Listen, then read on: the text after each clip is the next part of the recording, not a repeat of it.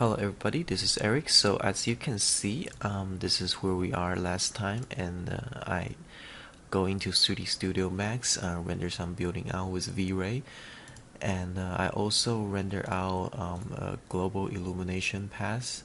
So there's no direct lighting in this pass, so I can kind of manipulate and light it the way I want to.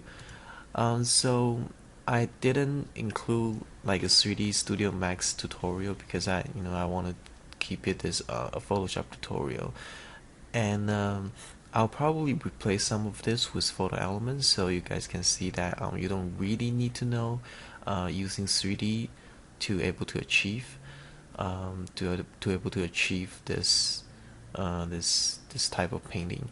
So 3D can only be a tool that helps. So let's jump right into it. Alright, so the first thing I do is to adjust the color so it fits into the scene. So I use the curve tool obviously, and I add layers and just add some haze. This is the background. This is the background building. So I add a bunch more haze by using the gradient tool. Kind of pick up the color that I from the background.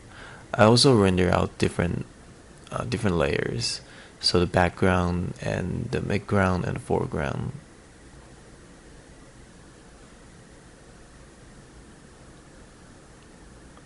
So I kind of painted back the light that the way I wanted to. Because even though I rendered out in 3D Studio Max, all the lighting and stuff are calculated, there's no haze. There's no haze and atmosphere perspective in 3D Studio Max. At least I didn't set it up. So when I render out the final version with the lighting and everything, everything is about the same contrast. So I need to avoid that since this is somewhat a huge scale environment. I need to add a lot more haze to it and things like that. So this is where the global illumination paths come in handy because it has the shadow and some ambient light, but it doesn't have any direct sunlight. So I can kind of paint the sunlight back to a degree that I want to.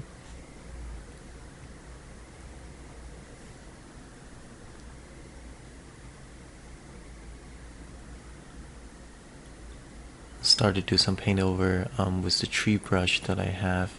But again, right now just giving some textures because all the buildings, the bottom is pretty much empty because I didn't have a ground layer. Especially I didn't do like grass in 3D. That's not the point since the final product is gonna be in 2D mainly. So I'm gonna mostly use texture or paint over. So this render is really just the base of it. Yeah, in the end you'll see that the final result looks really much more organic than what you're looking at right now. Painting over 3D model is in the beginning when I tried this method, it's kind of challenging to me because everything looks super clean, and especially if the model is like this, is really clean. Even though there's some basic texture work, it's really clean. It's super clean, and usually concept painting is much more loose than the final 3D stuff. So I had to loosen up a lot, and I even need to kind of paint over in sort of a messy way to break that kind of perfectly cleanness.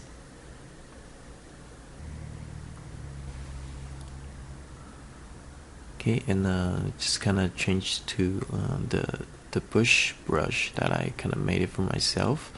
It has some color dynamic on it, so I changed the colors a little bit within that same hue range, and it changes the brightness like slightly, kind of randomly. So it's good for sort of vegetation kind of stuff. But again, this is just kind of like a rough paint over. I just want to explore the location where I want to put the trees and stuff in. A good thing about the initial rough painting that we did is that because all the colors are pretty much set, we have a basic color palette, so I can just pretty much just pick out the color from the painting that I already done. So a little bit tip on the hotkey, if you're in brush mode, when you hold down Alt, it'll become the eyedrop tool, and you can just pick out any colors on the screen. I mean, your painting. So it comes very handy. Hotkey and shortcuts are very important for work. You can obviously use your mouse and tablet and go to the toolbar and click on individual tools, and for the adjustment layer you can just go to the menu bar and stuff, but it takes a lot of time over the time, so it's good to remember all the hotkeys. I think I remember all the hotkeys that for the tools that I use a lot. I mean, like lasso tools are L, brush tools are B, and zoom tools are Z. And if you hold on space bar, you can move the painting around. And so a lot of those different type of tools you can use hotkey for. Yeah, I think when I first started to learn Photoshop, the instructor kind of make us to remember all hotkeys for the left toolbar. It definitely come in handy. So I just kind of double check back and forth between my color comp and the progress I made so far, and I kind of need to try to find the horizon line again, because the 3D rendering, I try to match the original painting as much as possible, but there's still a little bit difference. So I'm just using the foreground buildings to find the new vanishing point and things like that. The way I lay out all the 3D buildings are they're actually facing the same directions. I know in the real world probably not, some tilted here and there, but just for painting, for this painting's sake, I try to keep it as simple as possible in a way, in terms of how the buildings are facing and things like that. If you have buildings going to different direction all over the place, it's gonna look confusing.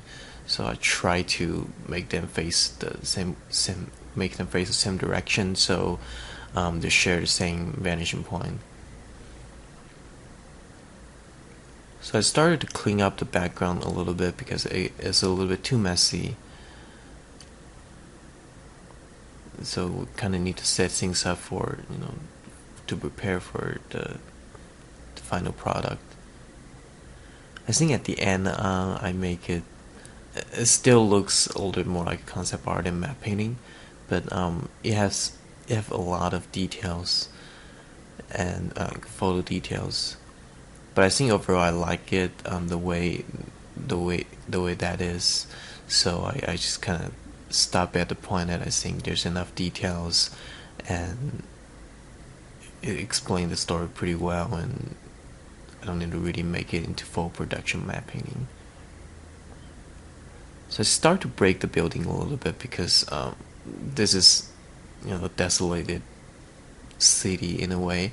So like no matter what happened to it, zombie attack, alien attack, or just natural disaster, we need to dirty up those buildings a lot. We need to break up those buildings a lot. So I start to breaking up the buildings, give them some holes and things like that. So I start off with the foreground buildings actually, bring out a lot of crack, things like that. But right now I'm just kind of doodling around, using lasso tools and paintbrush. This is right now at this stage that I kind of mentioned it before, because the 3D model is so clean. I need to really loosen up and stuff. So right now I'm just kind of doodling around over the 3D models to kind of get me into the kind of, I'll say, the painting feel to it. So yeah, using the dirt brush, I'm gonna use this brush a lot because I think it gives a great texture, and it's not really defined. So right now I'm just gonna give it some dirty look to the building so it looks old. Okay. Now just gonna bring in another, actually the photo element for the road actually. So I kind of tweak it around so it follows the perspective. It's not the best photo to do it because the initial perspective is pretty much in the center. So to make the perspective in super off center is kind of tweaking the image to its limit. But if you press Ctrl T, it'll be free transformation, and if you just hold down Alt and click on any of the corner, the dots on the outline of the image, you can kind of tweak it and tweak it around so it kind of changes the perspective and skew and things like that. It's pretty useful. I use that a lot.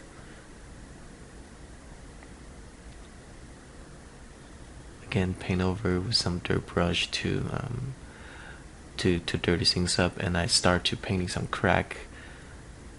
We have a huge crack in the middle, so there's gonna be some like small crack that a huge crack kind of brings out. It's not gonna be just like a huge crack in the middle and nothing else on the side.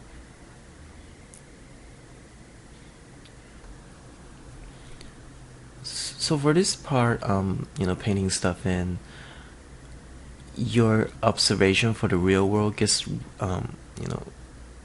becomes really important. Because obvious things like that, you can search for photos online and things like that, but you want to kind of design your own shape, and have the shape and the crack direction kind of work for you. So I kind of just painted my own crack in. Especially something kind of organic, I try to do that as much as possible. So pretty much just use a really dark color and painting out the crack, and some highlights here and there. Okay, checking the perspective a little bit more, and I started painting some more stripe on the ground. So it feels more like, so people will recognize that, oh, okay, yeah, that's a road that's just being cracked up a lot, and it's broken and dirty and things like that. But little details that that suggest what it is always help. People can relate to it.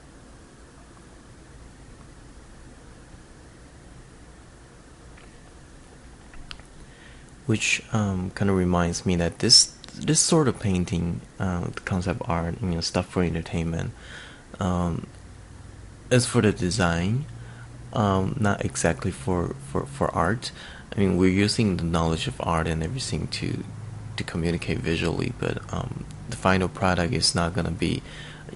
I'm not gonna print this out and start selling people. I mean, I can, but that's not really the point for this type of painting. And this is really just to communicate an idea. Okay, here's an urban jungle.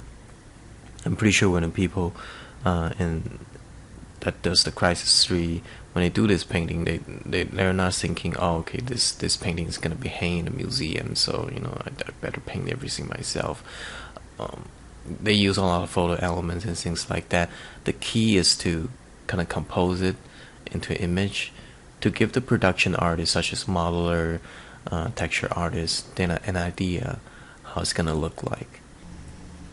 So the process is less important. If you can use photos, you can use 3D model base. I mean, as long as you're not just taking somebody else's painting and slap on yours, or if you just take a huge chunk of somebody else's photograph, put it in without manipulating to a degree that is not recognizable, is okay to me, because this is not creating an artwork. This is really just try to make a visual communication to tell people what this is. is to the main thing is to design. So I use some of the grass, the custom brush, the grass brush that I have. All those custom brush I download from online. You can easily find those. Just search Google, Photoshop brush for vegetation, Photoshop tree brush. Yeah, you can even search like a lot of people's silhouette brush, which I have. I use sometime here and there. So just put some grass in the foreground. The grass in the foreground feels kind of big, because that's the point. Because we really want to establish the depths between the foreground, midground, and the background. So some huge element in terms of the scale will really help to convey that.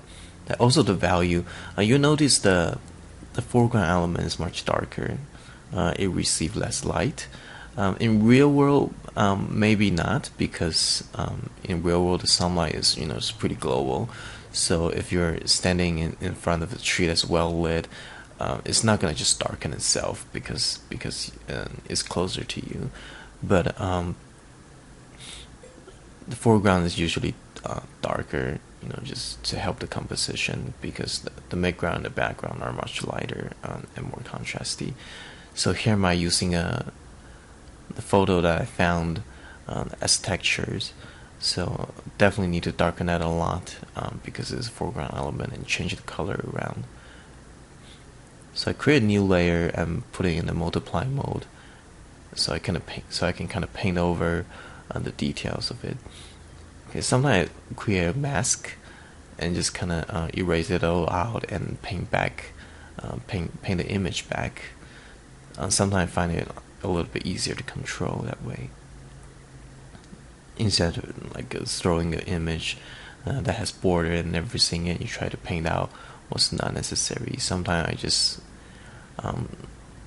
create a layer mask, fill it with black, so it's all gone, and I go back to the layer mask and paint in the white, so the image start to reveal again, and I can control how much I want the image to reveal.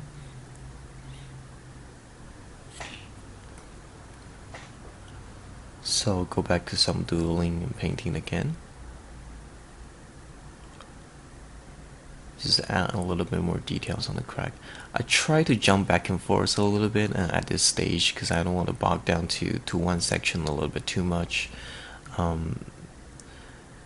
Eventually I'll do that, but I always find that if I focus on one place for too long, my eyes start to fix on that only and kind of forget the whole picture.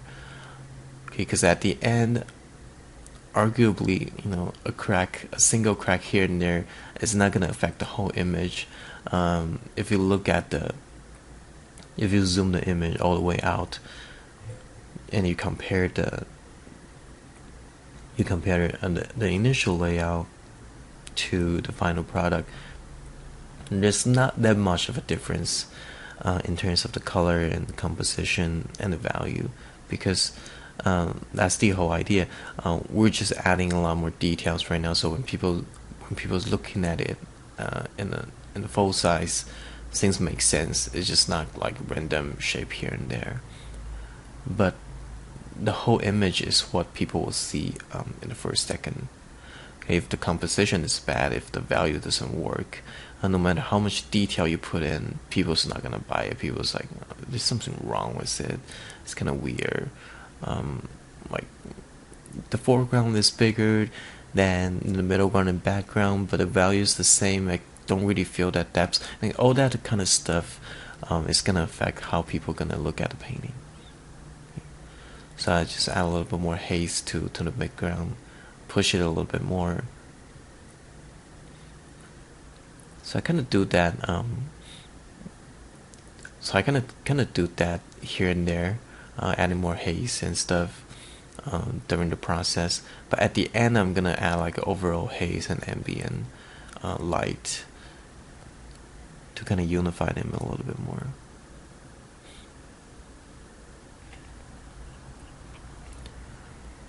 Okay, and the tool I use the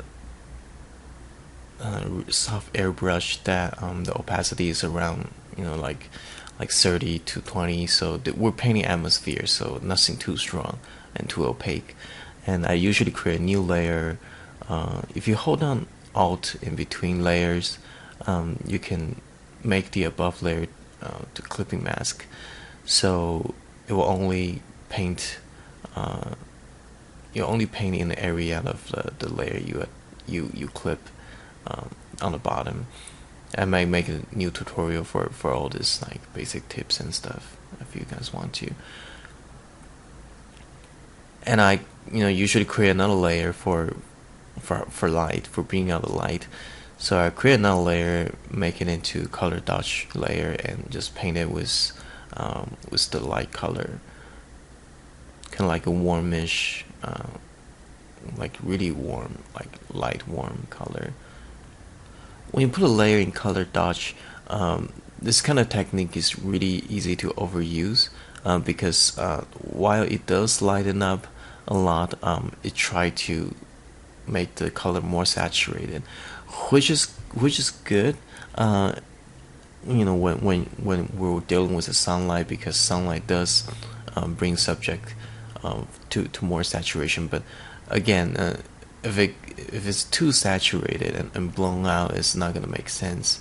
So I usually just keep it, like 10% or 20% and paint those.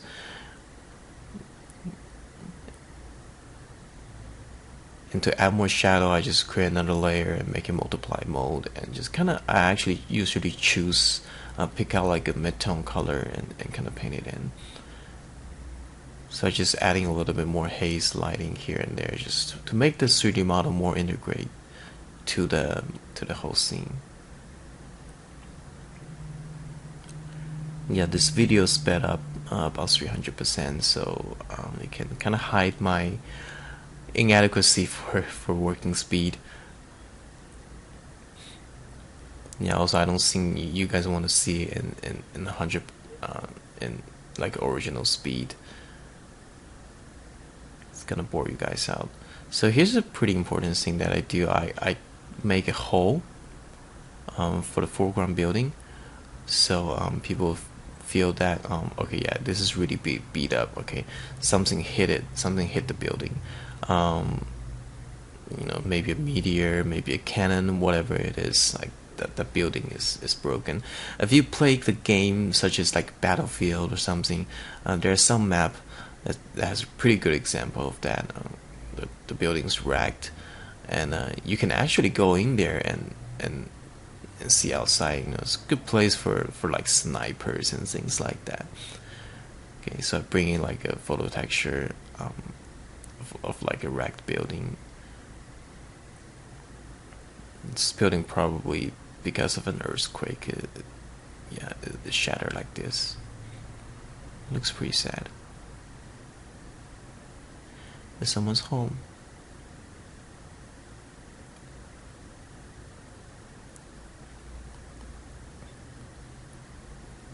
So I gonna adjust the color a little bit here and there. I'm not gonna use the whole image for it, but still need to kind of adjust the color a little bit.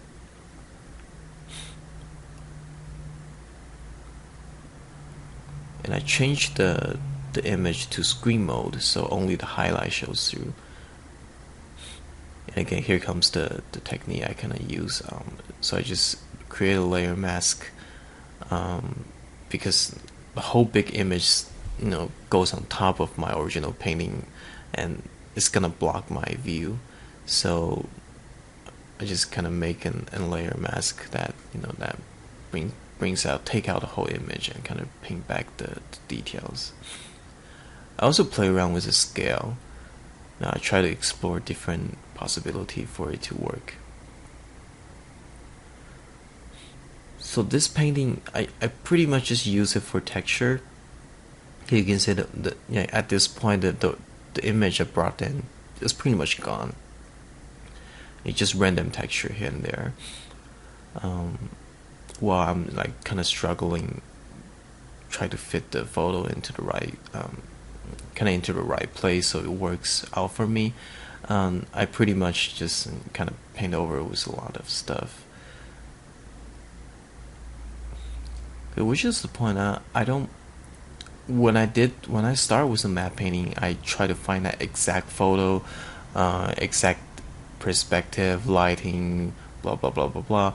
Um, Now I just try to use a photo that I think that will brings out the nice textures. I can always manipulate with the color and the lighting and even the perspective. And I think I'm gonna show you using one of the building of the photo that I have, and actually replacing one of the 3D model.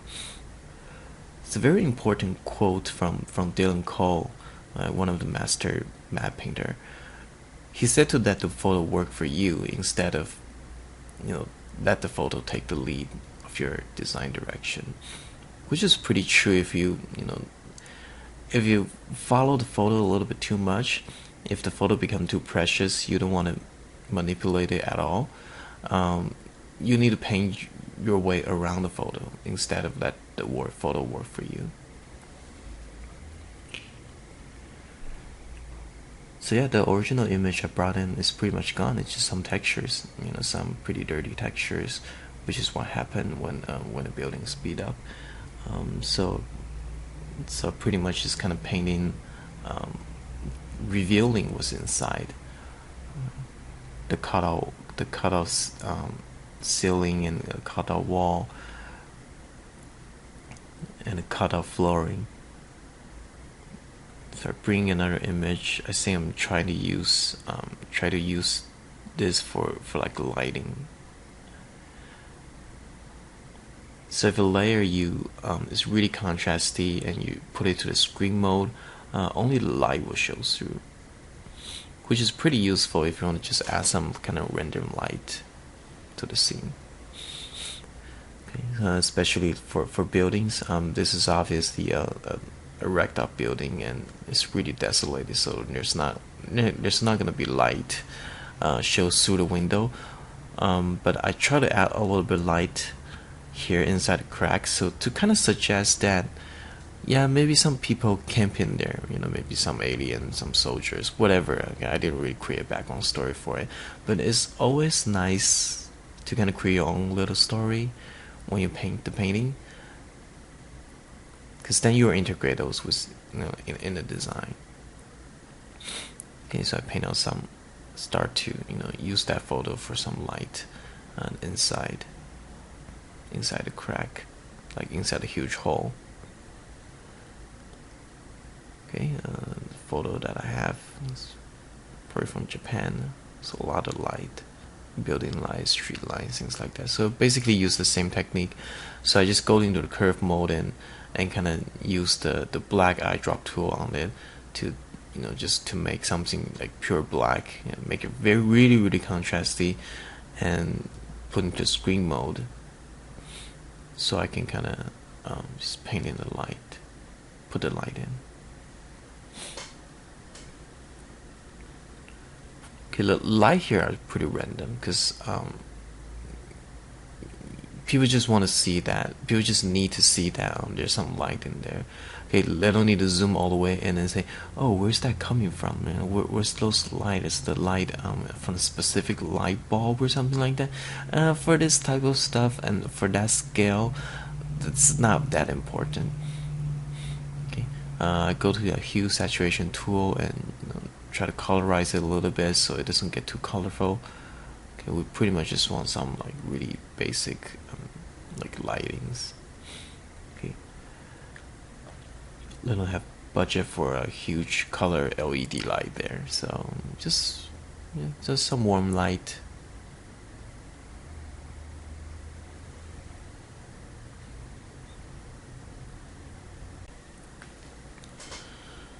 Yeah, so here's the part that I really focus on the foreground because I feel that this crack become kind of important device for storytelling. So I focus a lot of time on this, like maybe a little bit too much at this stage, but yeah, and I like how it turns out. So worth the time.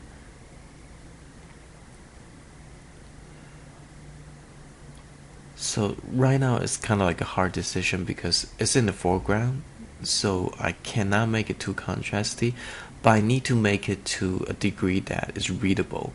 Okay, because contrast, light and dark brings out form. So if everything is too dark, people's not gonna read that form really clearly. Okay, so since there's a crack, the part that's facing the light source is going to be a little bit, just a little bit lighter for the foreground. So the overall value stays the same, but when you look at the whole, there's some structure showing through because the tiny bit of contrast that I made. So I kind of paint. So I was kind of painting back some of the ambient light on the buildings, and now coming back to the crack. I add a little bit of vegetations, just to think that that might make sense. But I think I take it out at the end. I don't remember,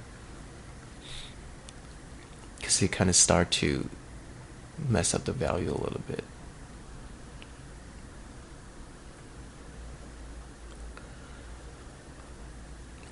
So yeah, this painting you're gonna see me do something and then I change my mind, which is all part of a working process.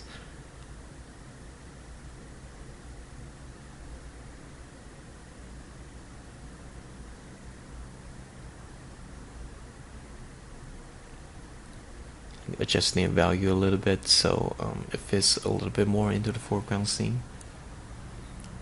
But again, it's a struggle because I want to bring out enough contrast for people to read, but I don't want to make it too contrasty to start competing with the main focus, which is the middle building, which I will get to it. Again, I pin out a little bit more crack because when that part of the building being hit, there's gonna be crack kind of spreading around. It's not gonna be just like one hole and that's it, right? It's never really that clean, especially for like hard material.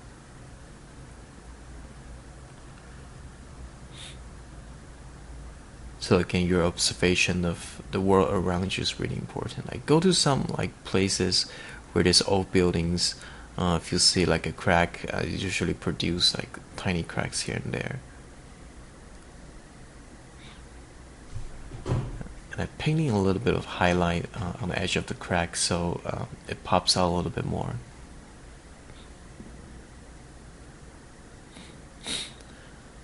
So I just kind of move on to the main building, start to beat up the building. It's too clean, doesn't make sense. It's a desolated city and the jungle grows from it, so dirty things up a lot more. It's gonna be dirt, water stain, whatever.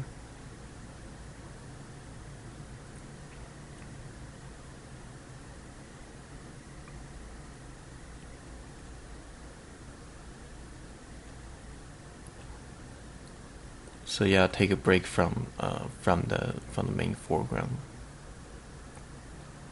Focus on the detail a little bit too long, so I try to go back to the overall picture and kind of adjust anything here and there. Like also kind of take a mental break. So just for fun, I kind of do some doodling on the building, on this building, because I think the top is a little bit too, not sure how to say it, a little bit too clean.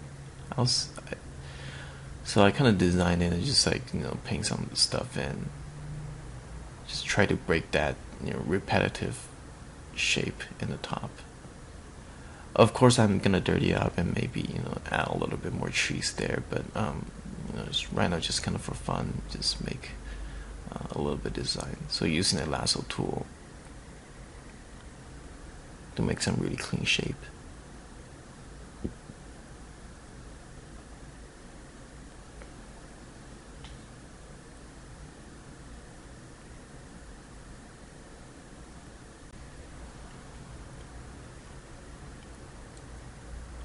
Okay, look at the whole pictures again. start to mess with the atmospheric perspective and lighting again. Like, I do this quite often throughout the whole painting. It's never like one shot and it's done. I usually, a lot of time I go back and try to push things a little bit more, try to pull things back a little bit. It's that kind of back and forth. During the process of back and forth, you find that kind of perfectly balanced.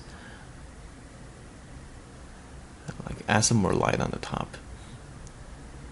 Because if you kind of notice, especially more at the, I would say like 5 o'clock, 6 o'clock, at least here in California, you start kind of see the building lit up in a way that, especially the building in the distance, you see that, okay, little pretty lit on the top, and as it goes down, there's not that much light anymore because the sun is not that high up anymore, and a lot more haze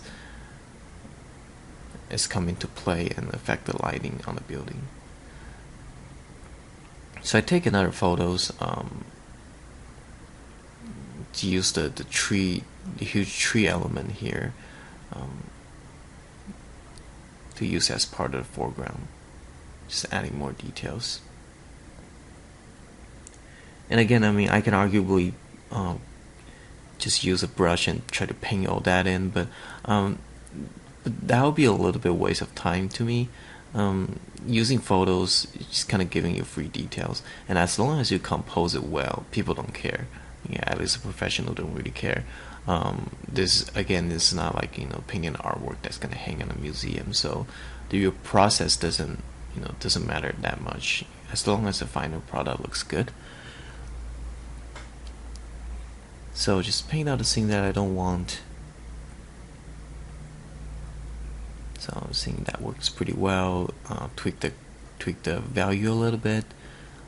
Definitely make it darker. Some detail will be lost, but that's completely okay. It's foreground. It's not the main focus. There's already a lot of detail here and there already. You can try to make the photo work together. So the grass and the leaf photo that I put out for the foreground comes before the tree that I just did. So I need to make sure that's happening.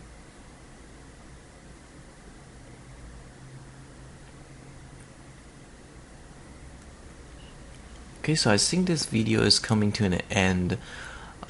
Sorry for like a really long video because first of all, when I just start work, I work kind of slow, to be honest. So even though this video sped up, 300% is still pretty long, and right now I just recording pretty much everything that I do. Some stuff I will skip in a later update, but because this is kind of my first tutorial, so I'm still trying to pick and choose what to put in. Yeah, and I probably gibberish and babble a lot. I apologize again, because looking at my own painting process and try to speak at the same time is kind of not my scene. Okay, so we stop at this stage. The painting looks half decent right now compared to where we start off with super clean and kind of dead CG render, and we add a lot of more human touch to it, so it looks much more organic now.